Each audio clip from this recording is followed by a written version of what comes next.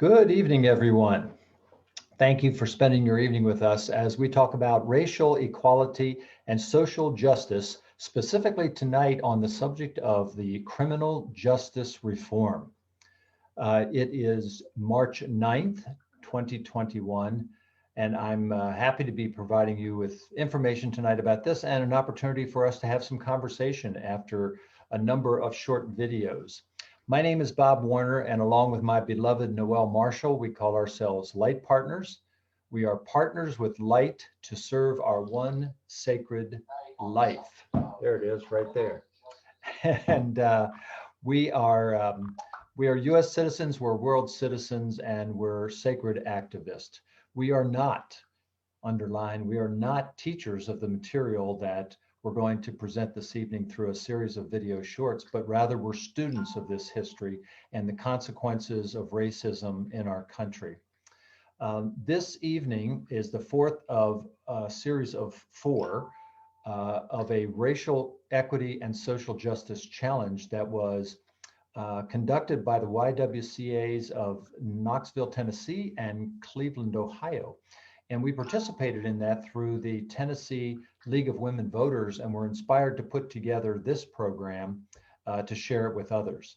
That challenge was designed to create dedicated time and space to build a more effective social justice habits, and particularly for those dealing with the issue of race, of power, privilege, and leadership. So what we're going to do this evening is we're actually going to show a series of videos around the subject of criminal justice reform and as it relates to racism. And for about 45 minutes, all the videos are 15 minutes, some of them are 4 or 5 minutes long, and they frame up a storyline about some, but not all, some of the issues related to criminal justice and criminal justice reform. And a few of the videos also talk about programs that are involved in solutions, of which there are many, but many more are needed. And much support for many of them are needed as well. So this recording is threading together these videos was actually done earlier for the Martin Luther King service weekend. And so you're going to hear Noel's voice introducing each of the videos as we go through them. And I was doing a hearing in the Midwest. I had my suit and tie on. I was there early. It was the first time I'd been in that courtroom. And I sat down at defense counsel's table, as I always do, and the judge walked in, and the judge said, hey, you get back out there and you wait out there in the hallway until your lawyer gets here. I don't want any defendant sitting in my courtroom without their lawyer. And I stood up and I said, I'm sorry, Your Honor, I didn't introduce myself. My name is Brian Stevenson. I am the lawyer. And the judge started laughing, and the prosecutor started laughing, and I made myself laugh because I didn't want to disadvantage my client. But afterward, I was thinking, what is it that when this judge saw a middle-aged black man, it didn't even occur to him that that man sitting at defense counsel's table was the lawyer? I worry about that judge. I worry that he's sentencing defendants of color more harshly. I worry that he doesn't value and accept the testimony of black and brown witnesses the way he does other people. I worry that a narrative of racial difference compromises his ability to provide fair and just treatment of all people.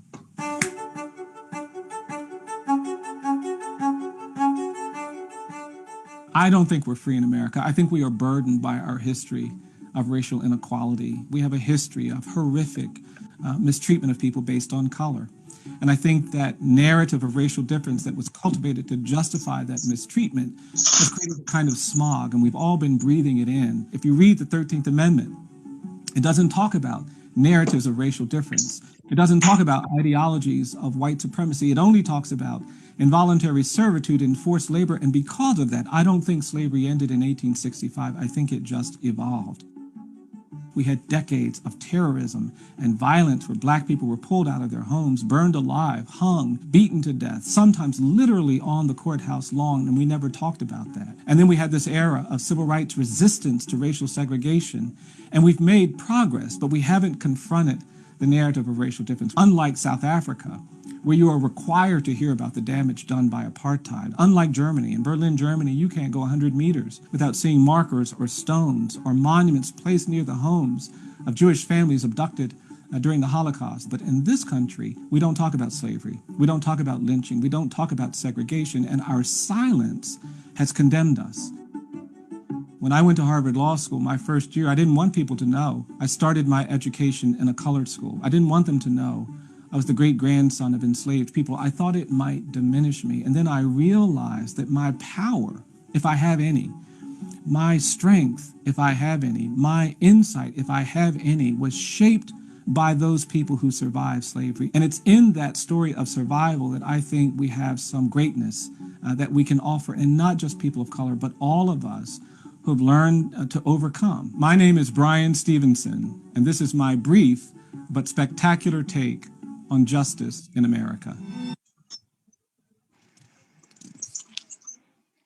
So I'm going to ask everyone to please mute yourself. And what I want to share with you now is Brian, he has just released a movie, and I highly recommend it. And I'm going to show you this short trailer. He's just one of my heroes, so I'm going to have to share a little bit more about him. Tell me everything that happened. The first time I visited death row, I wasn't expecting to meet somebody the same age as me. From a neighborhood just like ours. Could have been me, Mama. But what you're doing is going to make a lot of people upset. You always taught me to fight for the people who need the help most.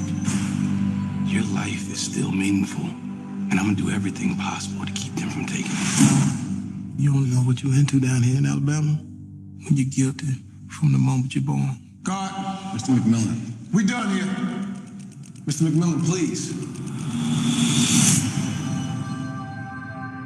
I was just about to give up when I got a call from a Harvard lawyer looking to start a legal center for inmates on death row. I was in before he even offered me the job.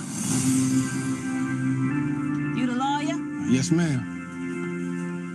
Thank you so much for driving all the way out here. Most lawyers barely make time to call. I can't believe you talked to all my people and said you're going to fight for me. I did. It mean a lot. If you go digging in those wounds, you're going to be making a lot of people very unhappy. When people care about a thing that much, they'll do anything to get what they want. When I first learned about all this, it was like looking at a river full of drowning people and not having any way of helping them. You ain't quit, Mitch? No, sir. Each of us is more than the worst thing that we've ever done. I know what it's like to be in the shadows. It's my dad. He do nothing wrong. It's never too late for justice. You're the only one kid enough to fight for me. If we can look at ourselves closely, we can change this world for the better. We all need grace. We all need mercy.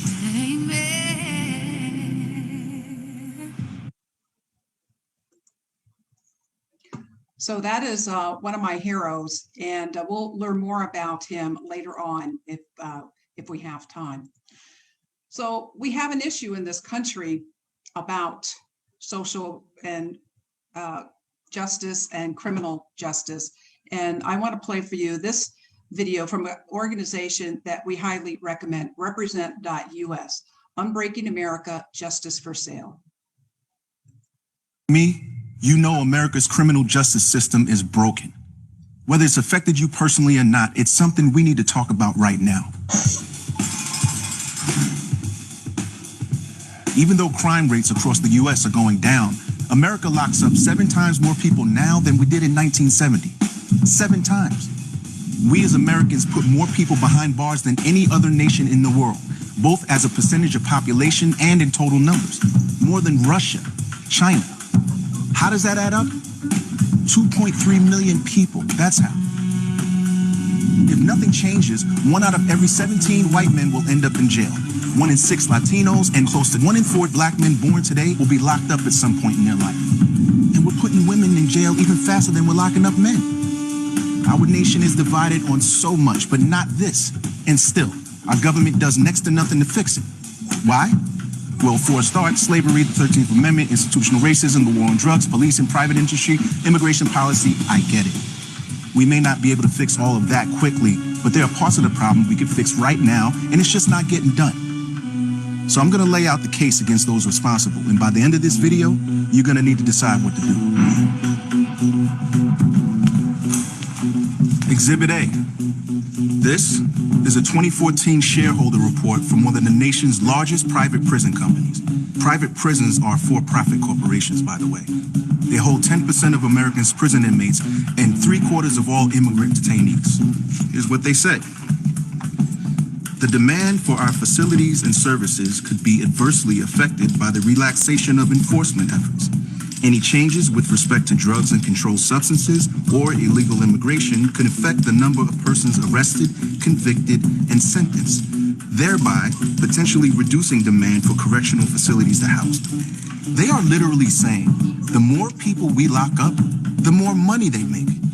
In the last 10 years, the private prison industry spent $64 million lobbying our government for longer sentences, stricter laws, and tougher enforcement. And this year alone, they'll make $6 billion in revenue. And you're paying for it with your tax money. Now, Exhibit B. 60% of people in jail across America are awaiting trial and haven't even been convicted of a crime. 90% of them can't afford bail, so they sit in jail awaiting trial, probably lose their job, or pay even more money to borrow from a for-profit bondsman. Exhibit C, D, E, and F, and too many more. Many judges are elected by voters, and they've been shown to give harsher sentences as they get closer to election day. That's crazy. In recent years, 50 to 60% of political donations for key judicial positions come from lawyers, lobbyists, and business interests. Massive corporations use inmates as virtually free labor instead of hiring paid workers. I know you remember the BP oil spill. Well, guess what? They made inmates clean it up, and most of them African American. They paid them pennies on the dollar, then qualified for a $2,400 tax kickback for every inmate they used. And surprise, surprise, special interests helped write the laws that created these programs. And then there are the prosecutors' associations, police unions, drug companies. These multi-billion-dollar industries have a grip on our elected leaders just so they can keep turning profits, angling to protect their power regardless of public opinion. Whether it's prisons, healthcare, taxes, education, or the economy, our broken political system is standing in our way when it should be working for us. Now, before I ask you whether or not you're going to do something about this, I want you to know what's possible. My friend Desmond not only knows what to do, but has proven it can be done. After serving time, he went on to lead the campaign to win back voting rights for 1.4 million former inmates in the state of Florida. Thank you for your work, Desmond. Thank you, Omar. It's going to be real hard to address the problems we just laid out unless we first fix America's corrupt political system. That means banning gifts from lobbyists to politicians, closing the revolving door between Congress and industry, and enfranchising even more voters so politicians actually represent us. These ideas are all part of a law called the American Anti-Corruption Act. This act is popular with both conservatives and progressives because it is not about giving power to one party or the other. It's about fixing the systems behind America's biggest problems, like our broken prison system. But even though it's incredibly popular, politicians from both parties refuse to pass major anti-corruption laws when they have the opportunity. It's not surprising. They benefit from the system just the way it is. But we can't wait for them. So we have to go around Congress because throughout American history, passing state laws have paved the way for the passage of transformative federal laws. If we follow in their footsteps, we can win, and we already are. We just need one more thing. Omar, the floor is yours. Thank you, Des. Thank you. This is the part where you make your choice. Desmond and I are part of a movement that believes the government should work for you and your family, not just a handful of billionaires and special interests. Millions of people have already joined up and are working across party lines to pass anti-corruption laws. Together, we've already racked up more than 100 victories. And in 2018, we passed the most anti-corruption laws in the history of our country. let's be honest. America is facing a crisis, and we need to act with an urgency commensurate to the severity of the problem. And that's on you. It's on me. It's on all of us. Go to represent.us and sign up to be a part of the next anti-corruption victory in your state. There are already people near you fighting this fight, and they need your help. If that's not for you, join the Commonwealth, a community of people giving whatever amount they can every month to support local anti-corruption campaigns. Every single dollar goes to the front lines of the fight, not to overhead or organizational expenses. Here's the bottom line. Nearly every issue that matters to you, or that matters to the next generation of Americans, is blocked by our corrupt political system. And if you do nothing, or if I do nothing, nothing is going to change. But if each of us does something, we can win together. Go to represent.us and join us.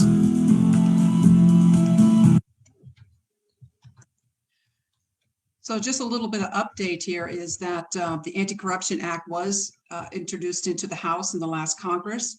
Unfortunately, it was not taken up by the Senate, but it has already been reintroduced into our new House.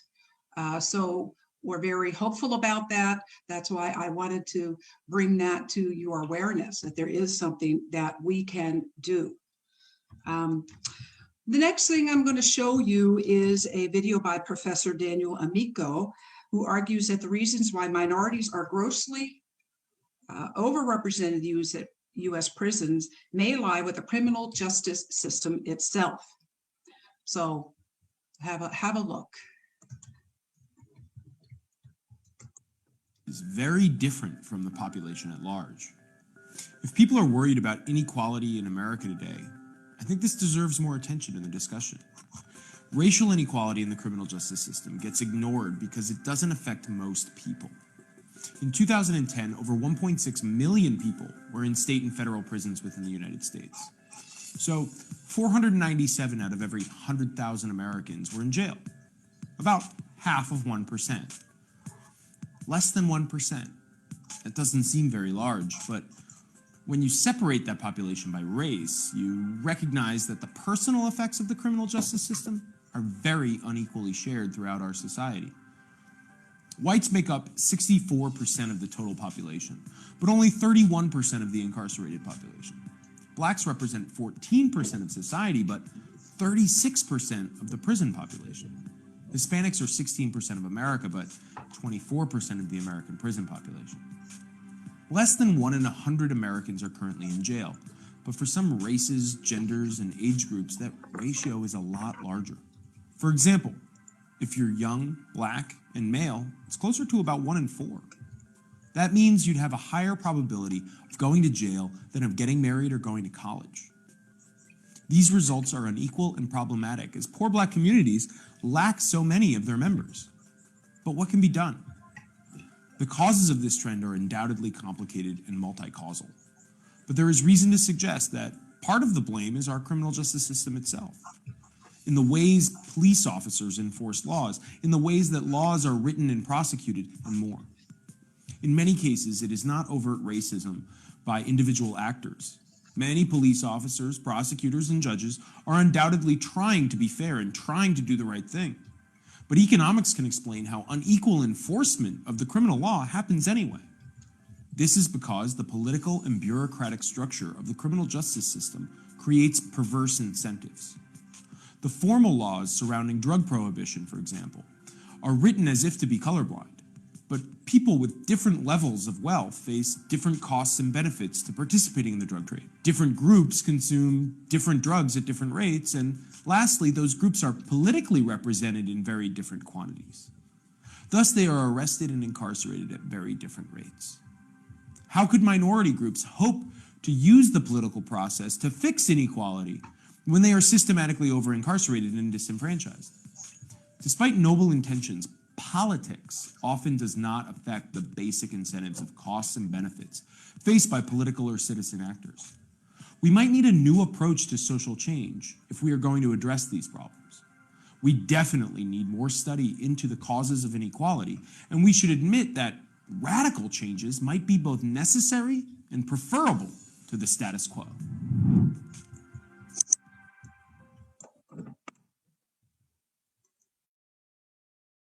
So I think that gives an overview of some of the issues.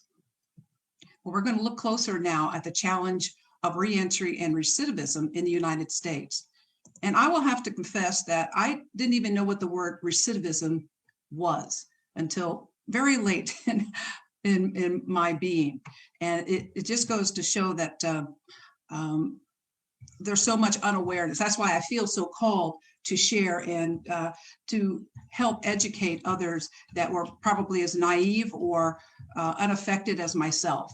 So here's a great study. In the United States, 6.7 million adults are under some form of correctional control, whether they are behind bars or under community supervision like probation or parole. To put that in perspective, that's 280 times the number of students that attend the University of Oxford.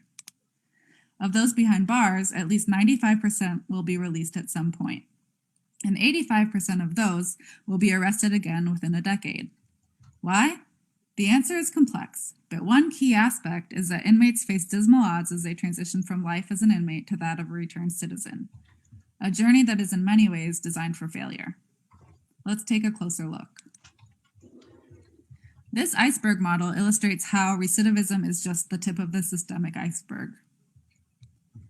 The majority of people in prison are there for nonviolent crimes, stemming from unmet needs that start to pile up as soon as they're born.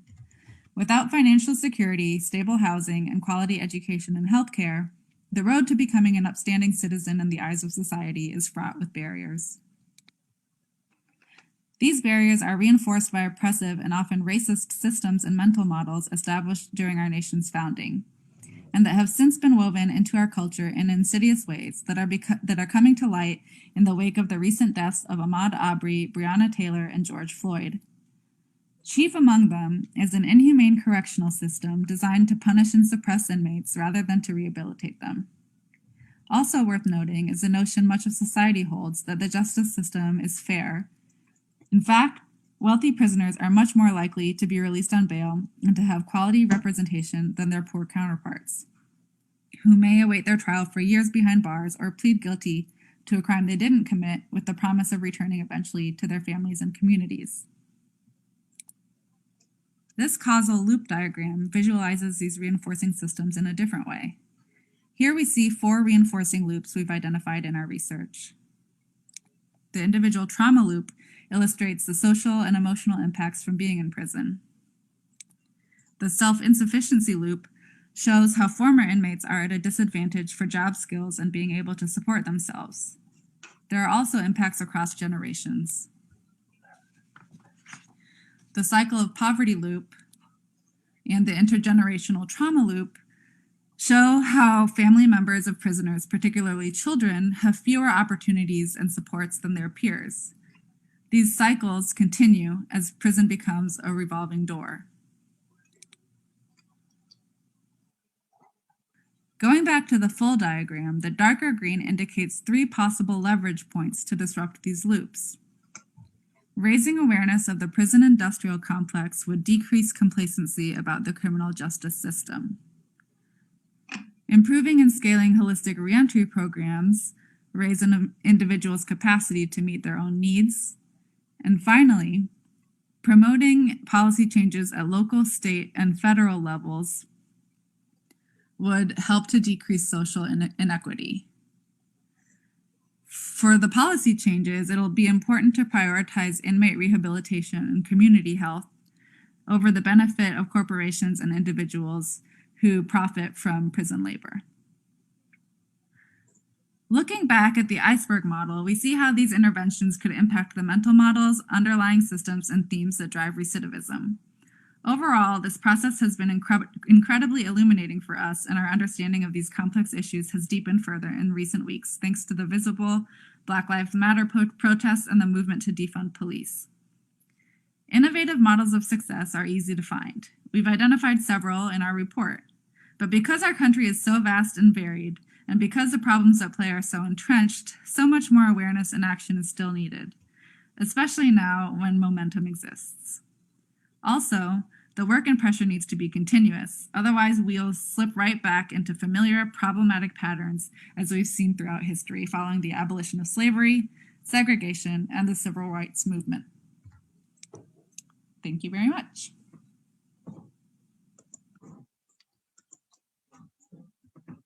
So I hope that was helpful, and I will close that. And now we're going to take a personal look at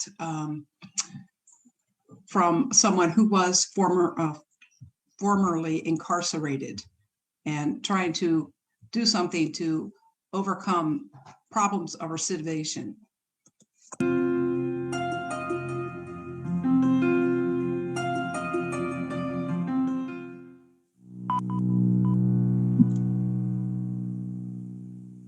I think most Americans believe that after you commit a crime and pay your debt to society, the punishment ends. You have the chance to rebuild your life and get a fresh start, but the reality is much harsher. We punish people with criminal records long after they've paid their debt to society, and we all suffer for it. Even simply being accused of a crime is just the beginning of perpetual punishment. A cycle of legalized discrimination, poverty, and reincarceration, a cycle kept in motion by 47,000 laws and regulations nationwide that restrict critical rights and opportunities. After contact with the criminal justice system, millions of Americans are denied employment and housing, denied college educations, excluded from public benefits, separated from their children, deported despite being legal residents, and deprived of the right to vote. These restrictions trap the poor and people of color in invisible cages that extend far beyond prison walls and criminal courts. Cages that lead to a lifetime of obstacles that undermine even the most earnest efforts at rehabilitation and redemption. Cages that send the message, you will never be a part of society again. This is not some isolated problem. 95% of all incarcerated people will return home at some point. Each year, more than 600,000 people are released from jails and prisons. That's roughly the population of Boston or Seattle. Millions more are completing non-jail sentences like probation, community service, or fines. As reentry specialist at Brooklyn Defender Services, a public defense firm representing 45,000 clients per year, I work on the front lines to help people with criminal histories overcome their past and navigate the obstacles of their present so they can build a sustainable future. I try to help folks take responsibility for their own lives, but it's hard to do when the outlook is so bleak. Even for low-level offenses and misdemeanors, the aftermath of one individual's experience with the criminal justice system ripples out to entire families and neighborhoods and gets passed down from generation to generation. The result, more poverty, more crime, more incarceration. I see Javon, an 18-year-old young man who cannot live with or even visit his family, and cannot find an affordable apartment because he was convicted of gun possession and banned from all public housing. I see the dangerous shelters and street corners where he'll sleep. I worry about what he's going to have to do to survive, how long it'll be before he's back behind bars. I see how society loses when Judy, a 58-year-old grandmother charged with a misdemeanor, is fired after her arrest and barred from her lifelong profession as a home health aide. Unable to work, she's faced with eviction and can't support her family. When Malik, a 26-year-old father, is denied the opportunity to further his education because of the mistakes of his past, I think about how he and so many others are set up to fail. How a conviction on a rap sheet is only a snapshot of a moment in time, when all of us are dynamic, changing over time. The criminal justice system disenfranchises these men and women, preventing them from growing, from truly being free. I am among the very few fortunate enough to be living a second chance. 3 decades ago, I was involved in a crime that took the life of another human being. I spent over 24 years in prison for my role in that reprehensible crime. While incarcerated, I had the chance to participate in a pilot program offered to only 15 inmates that allowed me to pursue a formal education. Upon release, I found an employer willing to look beyond my criminal record, one that saw the hard lessons I learned in prison as an asset, not a liability. Affording people a real opportunity to re-enter society isn't just good for individuals and families, it's good for all of us. Meaningful re-entry increases productivity, reduces poverty, and saves money. Most importantly, it makes us safer by eliminating the circumstances that perpetuate cycles of crime and punishment. People already get punished harshly by the system, but they shouldn't receive a second sentence that makes discriminating against them legal for the rest of their lives. By restoring full rights of citizenship to people after they've been through the system, we can start to end this cycle of perpetual punishment. We can start to abolish the justice trap.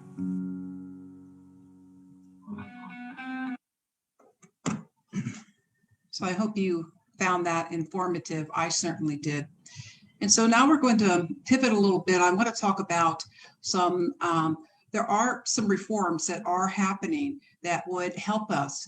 One we're going to talk about now is the whole cash bail industry that is part of the prison industrial complex that we as taxpayers are funding at an alarming rate.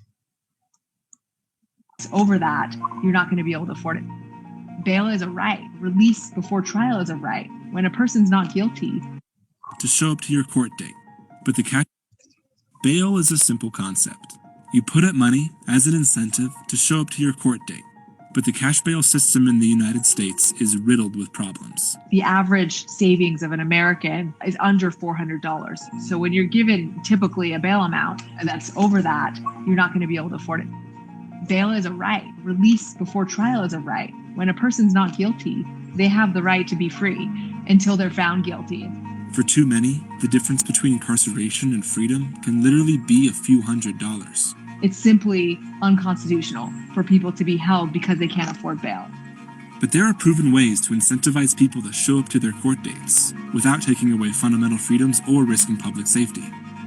States and cities across the country are turning to these new alternatives. Many aren't perfect, but if they catch on nationwide, it could be a game changer for the criminal justice system.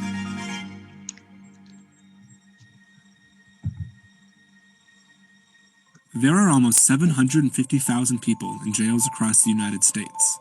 2/3 of them have not yet been convicted of a crime. They are legally innocent. The majority are there simply because they are too poor to pay bail.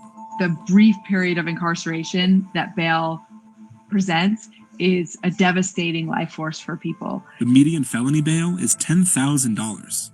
For the typical detained defendant, that's equivalent to 8 months of income. Nowadays, we're treating misdemeanors a lot more like felonies, and so we're seeing a lot of bail amounts that are upwards from $5,000 to $20,000 for a misdemeanor crime. SHIMA's research has shown that excessive bail is especially debilitating for poor communities of color. The whole bail system disproportionately impacts minorities. Blacks are 2 times less likely to make their bail amounts. They're also 2 times more likely to pay higher bail amounts for the same crime. And the impacts of pretrial detention on cycles of poverty and mass incarceration are enormous. If you're incarcerated, you're 3 to 4 times more likely to receive a sentence, 3 times more likely to serve a longer sentence in jail. You lose your job often, you lose your home, you lose your child care. Studies show that excessive bail and pretrial detention are actually worse for public safety and cause more crime in the long term than those who are able to obtain release before their trial. Even 4 days in jail is going to make you 35% more likely to recidivate, to be charged again with a crime. There are massive life consequences. So, what do we do about it? There are a few key methods that can help avoid the impacts of cash bail. First, arresting fewer people. The best thing we could do for criminal justice and for defendants is to avoid them going to jail in the first place. And if they have to go to jail, keep them in there for less than 24 hours. One thing police can do is issue a citation instead of arresting somebody for certain low-level offenses or misdemeanors. Citations avoid the costs of imprisoning someone and save them from the financial burdens of bail. So far, citations are helping reduce arrest rates across the country. Beyond reducing arrests, a number of states and cities across the U.S. have eliminated cash bail for certain low-level offenses, and many have turned to risk assessment tools. These are typically point-based tools designed to help judges and prosecutors predict if a defendant has a low, moderate, or high risk of failure to appear or committing another crime if released. A risk assessment basically goes through a bunch of questions. Have they committed crimes before? How many crimes? Some of them ask, do you own a home? Do you have a cell phone? Have you failed to appear before? In 1992, Washington, D.C. eliminated the use of cash bail. Judges rely on risk assessment tools instead. As a result, courts release 94% of defendants before their trial. Pretrial services monitor or supervise many released defendants and notify them of court dates with texts and phone calls. And while electronic monitoring and drug tests can be invasive, the costs of supervision, rather than incarceration, save D.C. taxpayers over $1 million every day. Across the country, new reforms have shown that it is possible to grant more people their freedom while ensuring public safety and court appearances at the same time. But these tools are not without their fair share of criticism. All of them have some sort of racial bias. A lot of them say, do you own a home? Do you have a cell phone? They ask about, renting versus owning property. That's a problem when you have Black individuals that have 10 times lower household wealth than white individuals. And so that's not fair, right? To say, do you own a home? Well, a Black person is unlikely to own a home. Does that mean they shouldn't be released on bail? And so risk assessments, in their intentions to be kind of more fair and more just, they actually end up discriminating against the people that are poor and often minorities. But Shima says there's an even bigger problem with risk assessment tools. Virtually none of them distinguish between misdemeanors and felonies. Somebody that has a previous misdemeanor driving offense gets the same risk quotient as somebody that has a felony for rape. I mean, these people should be treated very differently, but they're often not. Advocates for bail reform hope to create a system where pretrial release is the norm rather than the exception. We need to have a goal, a percentage goal of release. So let's make a benchmark of, let's try to release 90% of people that we can. So we detain 10% of people who are truly unable to be released safely. Aside from those people, I think everyone else can be released and supervised appropriately. Without that, we're never going to get better. Right now, there's probably 200 pending bills on bail all across the country, and everyone's trying to figure out how to make the system better. Judges and prosecutors need to be reminded that, look, bail is a right. At no point should a judge ever give a bail amount to somebody without considering, can they afford to pay this? Really respecting that would be a culture shift. That's good. That's really the way the system was intended to be. Thanks for watching. If you want to see more videos. So in the last set of elections, Bob and I were Florida voters, and Desmond, who you saw in our first video, we passed a change to the state legislature so that felons and everybody who had served their time would have the right to vote, and went by an amazing majority, 64% to 30%, whatever the rest of the math is. And then the Republican legislature said, yeah, but they have to pay all those fees, any fees they had outstanding. So it basically kept them from re-entering. So in Florida, this last election, I think it was Mayor Bloomberg, he actually paid off a lot of people's fees so that they would be able to vote. So even though we as Florida residents changed our constitution, the legislator went around. So even though we have a victory, you have to stay vigilant. And that was just when we're talking about that, that's just one of the ways that we can try to reform our criminal justice system. But now I'm going to flip to my most favorite way, how the restorative justice system could end mass incarceration. And Bob and I actually saw this presentation in person. We met Shannon, and we went to a jail, a prison in Colorado immediately after we had seen this. Immediately after, a couple weeks after, we went with Shannon to this high security prison. And I can tell you about that experience after we watch this last video. When you were really hurt by another person, maybe physically, maybe they lied to you or broke your trust. Maybe they stole something from you or put their interests ahead of yours. In that moment and the weeks and the months following, what was it that you really wanted?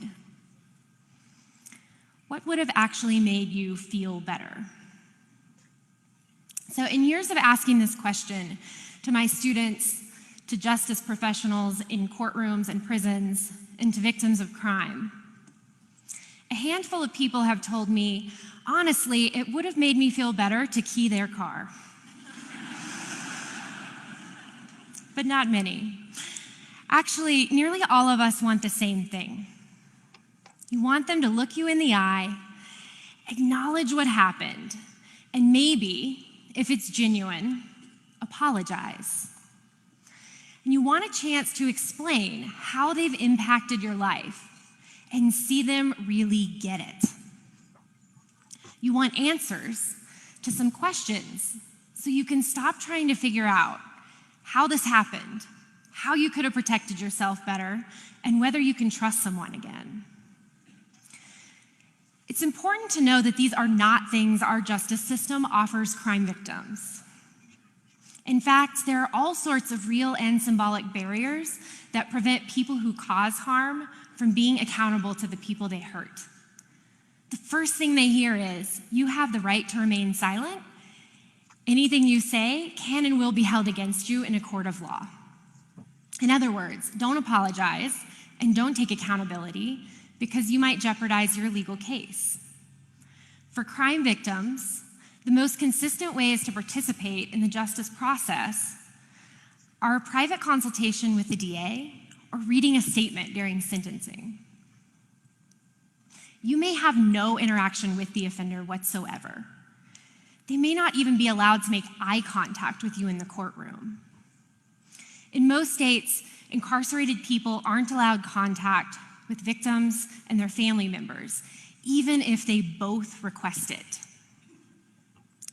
So maybe we could accept some of these failures if our justice system worked in other ways. And by worked, I mean kept people on the outside safe and changed people on the inside for the better.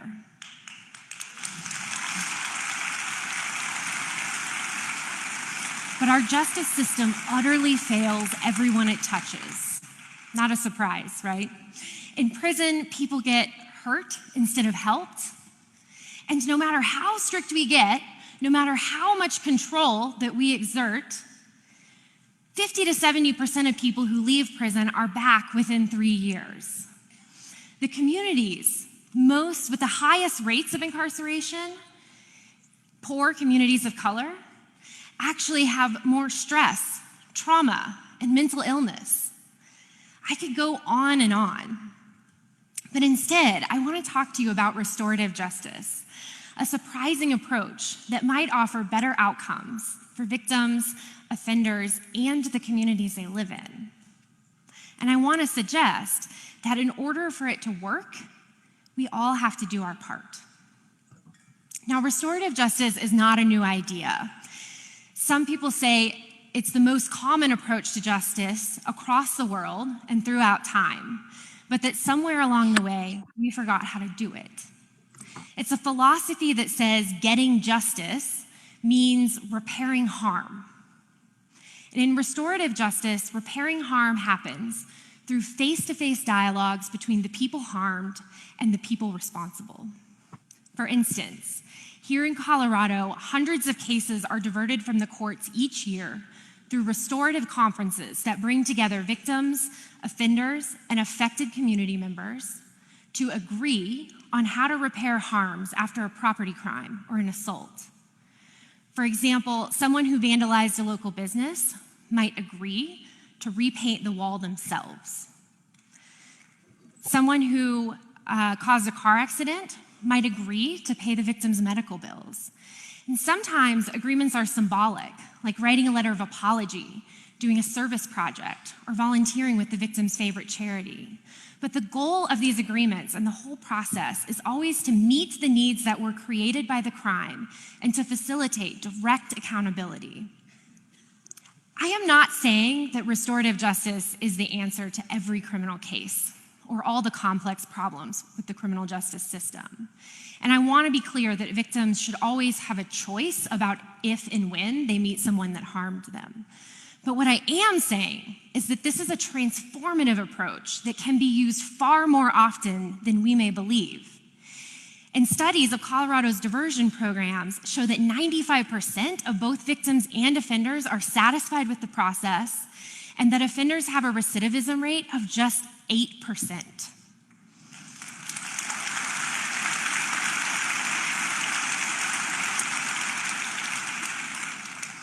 this is a select group of cases, but it's also an enormous difference. And this is what a system designed to keep people safe should be doing: healing victims and preventing harm.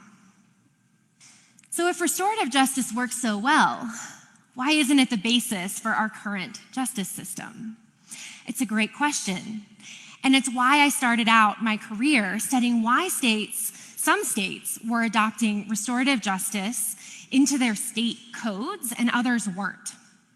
And I was actually surprised to find that most states have adopted legislation that supports the use of restorative justice in criminal cases, but that these policies are rarely put into practice by prosecutors, judges, and correctional officials.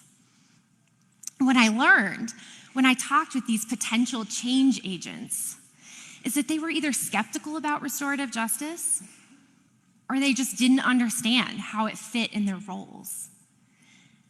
In other words, they either don't wanna or they don't know how.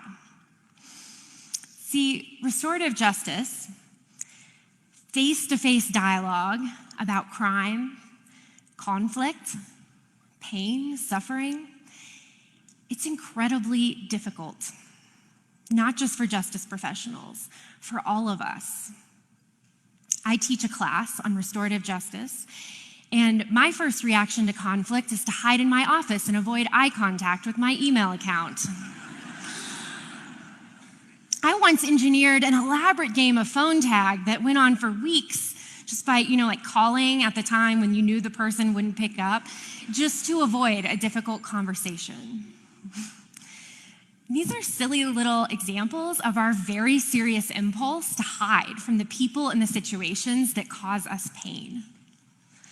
My theory is that isolation is our default response to crime because it's actually our default response to conflict. We block, we ghost, we cancel the people who hurt us. And we overuse prison, not because we actually think it makes things better, but because we're afraid of being hurt and we don't know what else to do. We want accountability, but we don't want to have the hard conversations that it requires. We'd rather believe there's a simple solution that can keep us safe and protect us from pain. It's easy to feel that mass incarceration is something done to us by politicians, police, prosecutors, and prison guards. But it's important to remember that it's something we invest in each time we build virtual and physical walls between ourselves and others.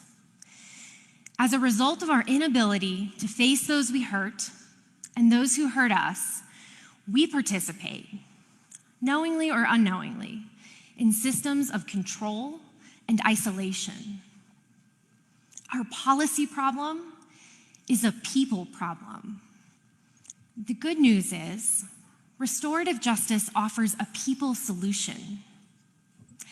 It teaches us that what changes our choices is actually not laws. Otherwise, the drug war would be all wrapped up, right? It's actually coming face to face, realizing that we've hurt someone and being willing to make amends. And similarly, if we want to change the criminal justice system, we have to face each other, take responsibility for our roles in mass incarceration, and do what we can to repair the harm. That's why innovative prosecutors, yes, they exist, creative correctional administrators, committed legislators, even researchers like me, are increasingly coming together to have these hard conversations. We're listening to the people who are most impacted: incarcerated people, their families, crime victims, and survivors.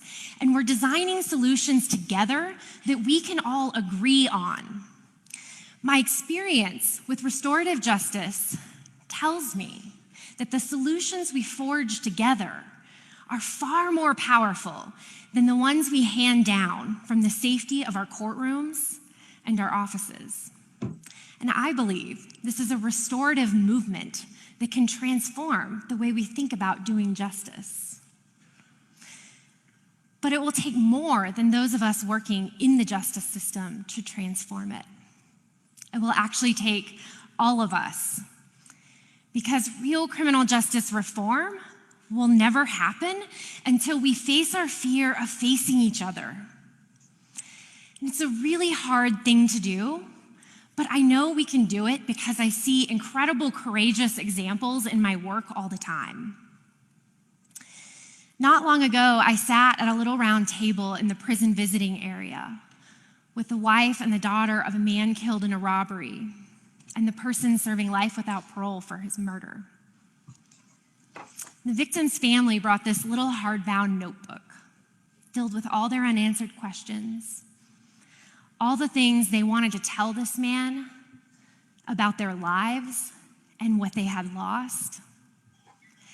And I watched as they led this beautiful, really heartbreaking, but empowering dialogue. And for 6 hours, I didn't say a word. I didn't have to. Yes, because we had prepared for this moment for months, but mostly because they had the wisdom. The innate human wisdom to say what needs to be said and to do what needs to be done to further our own healing and that of our communities. And you have that wisdom too. We all have the wisdom and the skill and the compassion to restore ourselves to ourselves, not through isolation, but through connection. Thank you.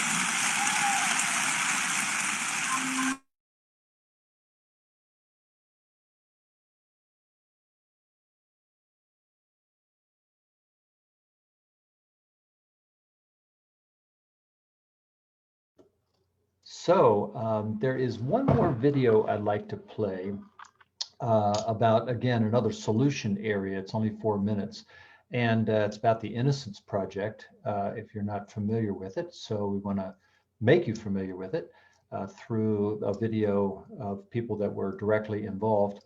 Also, I'd maybe for our conversation after this video, just start to give some thought to what is it that each of us feel like it's our time to do something more or something different than we've been doing as a result of participating in both this evening's activities as well as for a number of us, a number of this 4-week series.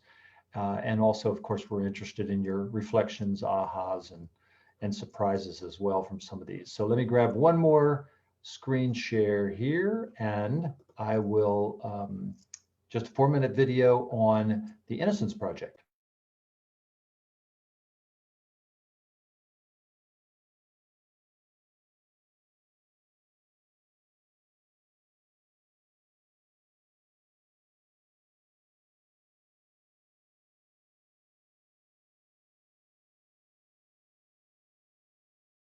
I have that letter. Can I see that?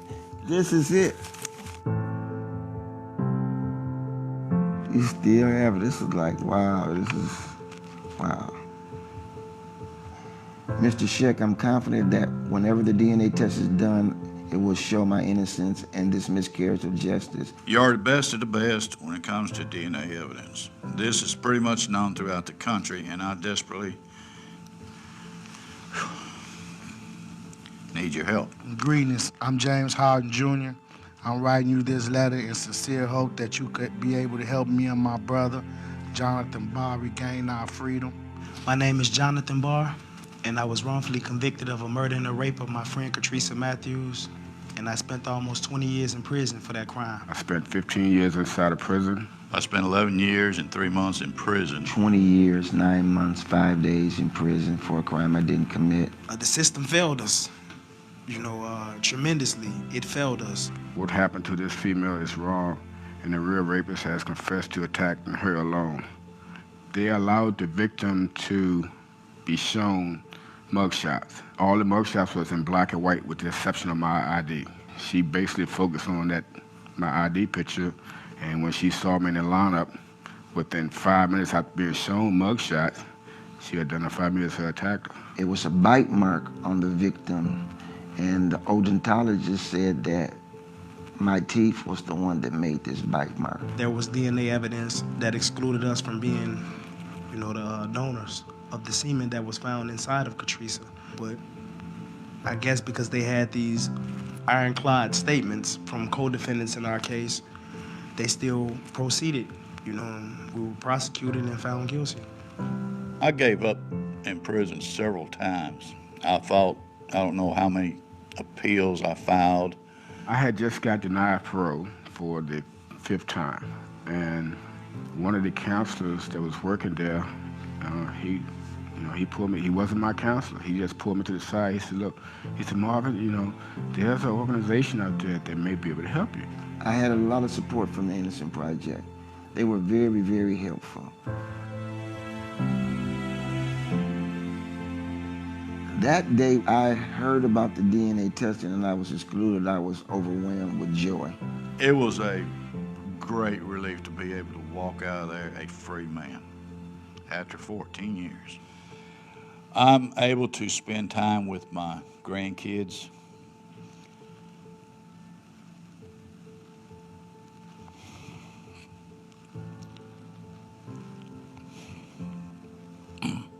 I can hold them in my arms. I can take them to church, take them out to eat. My mom was suffering from dementia and congestive heart failure. Despite of what her body was saying, her spirit was like, I can't die until my son gets out of prison. And she was able to see me completely exonerated on TV. And right after that, she died. She died at peace. I wish my parents would have lived longer to see this, but I know in spirit they're here, and they will continue to be here for as long as I am here, and as long as my daughter is here. And if I am to have any more children, they will live through them. But I'm thankful to be home. I can remember my first day coming home from prison. I sat up and watched the sun come up that morning. And you see the sunlight every morning rise in prison, but to actually feel it, as a free man outside of the fences, it was a totally different experience. The whole time I'm watching it coming up, I'm saying, I'm free. I'm truly free. And without this organization, a lot of men and women who are free now would not have been freed. And I am one of those men. So, we really appreciated seeing that video and learning more about the Innocence Project. We've actually seen a documentary movie about it as well. And it just refreshed my memory of those gentlemen speaking, because when Noel and I visited the Colorado prison with what's her name, Shannon? Shannon. Shannon, a few years back after seeing her TED Talk in Denver. One of the men that was in the circle with us that day said that he was there and shouldn't have been, and that he was not guilty of the crime that had him in prison. All of them, like Noel said, it was a maximum security prison. So Noel, would you just share for a moment about our visit that day to the Colorado prison out there on the plains, and then look forward to having a conversation here with Sharon and Katie. Well, it was very heart-wrenching. It was amazing to be in this complex, just to see humanity, so much humanity behind bars and constraint. Just that broke my heart. But we were there with a Colorado University professor, and she taught drama. And so she had a circle of men, and we did movement and other types of interactive processes together. We were in circle, and it was so wonderful that it just felt like these outsiders are seeing us. They're seeing us as humans. They're sharing their life stories. They're listening to our life stories. And when Shannon talked about the one family that was there for 6 hours, I believe we met that gentleman. Can't say any names or anything like that, But what was so heartbreaking is that because of how our system is, the incarcerated can never reach out to the family. The family always has to reach out to them. Then they're allowed to decide whether they want to have contact with that family. And then a whole lot of process starts. Right. Yeah. Then it takes quite a while, maybe over a year of counseling each parties on both sides before they actually can meet and share. But it was just, like I said, heartbreaking, and to hear the statistics that we've heard tonight about how many are, incarcerated. I can remember when I was an undergraduate and I was working at an Army base as a civilian KP, and I met a lot of the soldiers, and they just said, well, I'm from East St. Louis, and I did something, and the judge told me you can go to Vietnam or you can go into the Army. What's it going to be, boy? And, just so many stories. Or to jail. Jail. Yeah. So many stories that of injustices. So that's why we wanted to share about some of the statistics, but then also some of the things that are positive. And I'll just add in here, we mentioned earlier about HR1 and the Biden administration has progressed. Bob, where's that at right now? HR1 that we mentioned earlier in the narrative passed the House and is now in the Senate. And there it sits with a Senate that before, in the last Congress, ignored it for the entire 2 years. This time it's a different circumstance. This time we have a 50-50 split in the Senate. They can't agree whether the sun comes up in the east or not, or if one says it does, the other one says it doesn't. So the dynamics of a very broken process, which is what Omar and Desmond talked about, the Represent Us video, the process that will take place now will be what happens as a result of a very broken system. So it's all about corruption, anti-corruption, and voting reform. Voting reform, democracy reform, transparency in campaign financing, gerrymandering, just the whole 9 yards, the authority of the Federal Election Commission, et cetera. Very important, very, very important bill. We've written to our congressman, we've written letters to the editor of all the locals, we have sent letters to the TV and radio stations in this area, giving them resources, because the House actually published a report knowing that there are lies and misinformation being now fed about why this is a bad idea. The House Committee on Administration actually published a report saying, here's what it's about, and here are the myths and the facts. So very helpful information. We sent all of that to the local radio and TV stations for their use as a resource.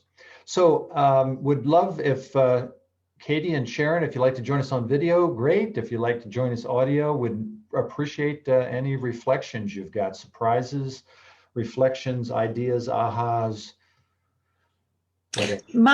Mine says that you disabled my video, so I can't turn myself back on.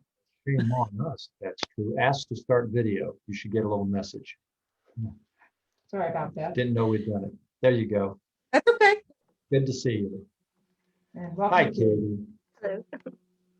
Anyone like to share? Well, I put in the chat while we were watching about the justice system and how it could be better, that I mentioned the Peace Alliance last meeting. They say that the recidivism rate can drop from 65%, which is about where they said in the video it is, to 7% if restorative justice oriented programs are employed. So that's one of the things that they push for, healing oriented criminal and juvenile justice approaches, restorative justice, diversion and alternative incarceration programs, trauma informed systems, and prisoner rehabilitation and reentry programs is part of what the Blueprint for Peace calls for. So I thought that's wonderful. Do you have a source for Blueprint for Peace? Yes, I can put it in the chat. It's at peacealliance.org/issues. Oh, it's part of Peace Alliance. Okay. Yes, yes. which was started by Marianne Williamson, correct? So We tossed that onto the resource sheet when you mentioned it last week. Thank you for that. And that brings in, Shanna mentioned that that their experience in Colorado of recidification dropped to 7%. She said 8%, but then she also did say it was on selective cases. Yes. Because, you know, it's not going to work on all cases. And they also in Colorado have a very active restorative justice program for teens. Great. So peacealliance.org, issues advocacy, blueprint for peace. What we've come to learn is in many places where this is working, as she said in her TED talk, the prosecutors and the judges aren't always up for this for a variety of reasons. But in many cases where it works, it's because there's volunteer organizations or civic organizations, faith-based organizations that step up to play a role, or academics, and in this case, her and some of her colleagues at the University of Colorado step up to be the ones that dedicate an amazing amount of time to bringing together folks that are incarcerated and victims' families, if that's their desire. Right. Anything else, Sharon? I read Brian Stevenson's book, Just Mercy. Wow. Several years ago, and then watched the movie. But the book, I mean, of course, was, you know, could go into depth much more than the movie. And it was just one of the most powerful things I'd ever read of how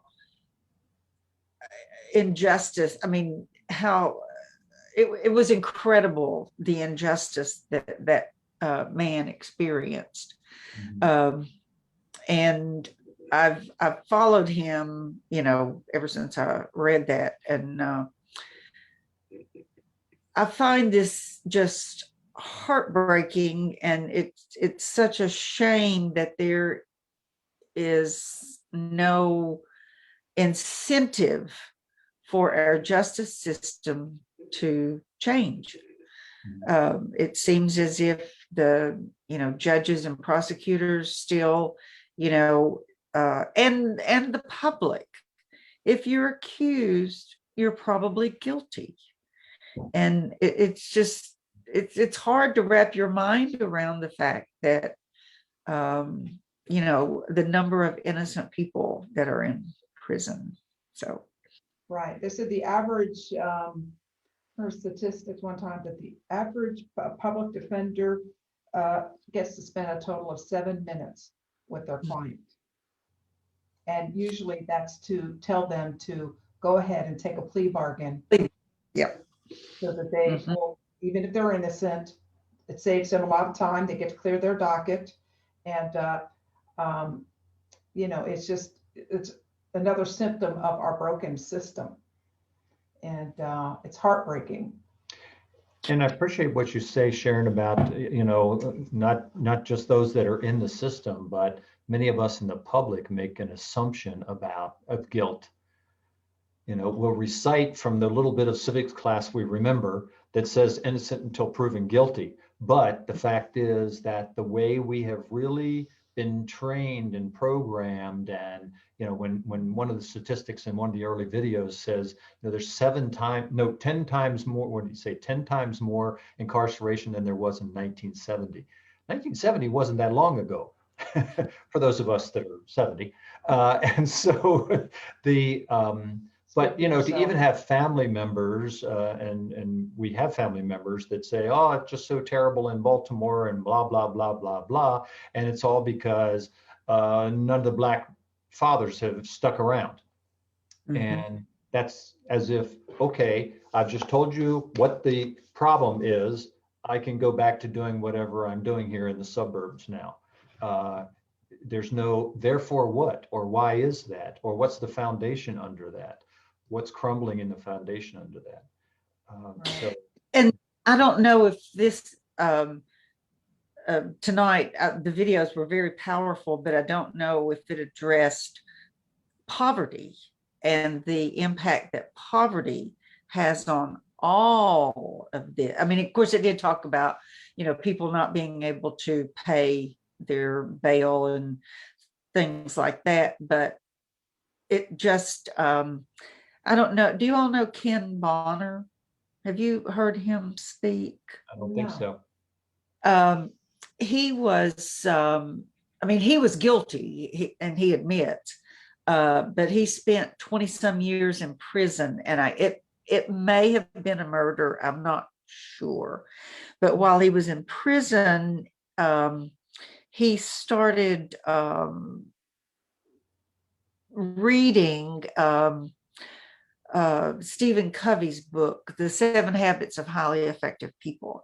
And he started having classes with the inmates, and literally turned his life around, so that when he did come out of prison, because I heard him speak, he hadn't been out of prison very long, and I've heard him speak several times. He's in Johnson City, a black guy, and his wife recently died, and he has he has children and grandchildren, but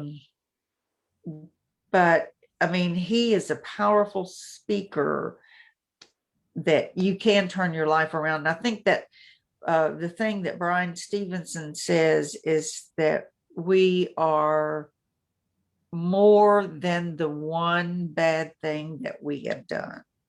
And I think people get that. They label people, and once you've committed a crime, you are a criminal forever and ever and ever. Yeah. So I think about the Innocence Project. Okay, so it's wonderful. They've got those gentlemen out after, through DNA testing. And then I think about, oh, now they're out. They're going to have to face all those closed doors. They're going to have to check the box to say well, they were completely exonerated. So evidently, so actually they wouldn't have to. That's true. But The vast have to start majority, a yes. life after 20 years of not knowing things. It seems like things are going faster and faster and changing faster and faster. And then to come out to society, unless they have a good support system, that. And it occurred, I remember hearing it somewhere, the number of people that DNA doesn't enter into their conviction. So they can't use that, Right. They don't have any recourse because DNA doesn't matter. Right. Wow. Yeah. It's just, if it's minor drug arrest, or if it's burglary or things like that, it's not even going to come into play. Right. Well, we need to reform the drug laws, and I think that's something that's changing. And just recently in the news, the state of Illinois is getting rid of cash bail. It's it won't be into effect until 2023. But so that's some positive news, and I think that's going to. I think California also had something up about cash bail. But when you see 60% of the people in jails have never been, convicted of a crime, have never been found guilty of a crime, that's shocking. But we talk about with the education system, this whole prison, pipeline to prison, it's all been monetized. And like earlier, there's no incentive. What's the incentive? Right. And so there's still a lot of room for reform. Indeed. Well, and that's the thing about there's a guilty rich man can get off easier than an innocent black man. Absolutely. Yeah, absolutely. Yeah. Absolutely. So this is, as I'm thinking about these things, coming back to last night, we were on the local Black and White Dialogue. Were you there, Sharon? I don't know if you were at the Black and White Dialogue. I had another meeting. Yeah, and 2-hour discussion, excellent discussion here in that local group about the Community Equity Board. That's a proposal, just still a proposal, to the Johnson City Commissioners. And I think about these things that we're talking about now, and in the education section, and in the health section, that I would bring through that kind of a group, if they existed, to say, in this local area, take a snapshot of what exists and how these things are being supported or not supported. The marginalized communities that are not being supported through the lens of all 4 of these different sessions that we've had. So, as we did this, and we're inspired to do this here, after going through it with the League of Women Voters, one of the things that we ask ourselves all the time is, okay, then what are we going to do? What else are we going to do? Where do we step up? And for us, I think, I know, one thing we decided at that point was to do this series of 4. And again, I apologize that I realized this evening that the videos that we had from the earlier one were choppy in the video presentation, because when we watched that last one, it was as smooth as could be on my screen, and I was playing directly in a movie. But one of the things we decided to do was to do this. Another one was to be more involved locally in the black and white dialogue opportunity that is already there in our community. Another is through ACLU of Tennessee and through the League of Women Voters, to pay more attention to and to speak up about things that are going on in the state legislature, again, that relate to racial equality and social justice issues. And of course, because of we've known of HR1 since before it was HR1 in the last Congress, through Represent Us. And so we've been realizing that that's the underpinning of everything, that we've been involved in that as well. And these local activities, as soon as we learned of the BLM group that materialized instantly last summer, we went to their actions and we volunteered to their leadership to be allies and supportive. Not having lived a Black experience, we shouldn't be at the front of the parade or any of the activities, but volunteering how we can be of support of that. So I ask you all the question. Katie just posted something in the chat. Katie? Yeah, Katie. I was just posting that at the Peace Pentagon, we actually just started a women's circle that will meet for the first time on the 25th for Southwest Virginia women who want to get involved in pushing for these kinds of solutions. Wonderful. Wonderful. For additional resources for supporting spiritual growth, environmental sustainability, social justice, and democracy reform, please visit our website at www.lightpartners.org.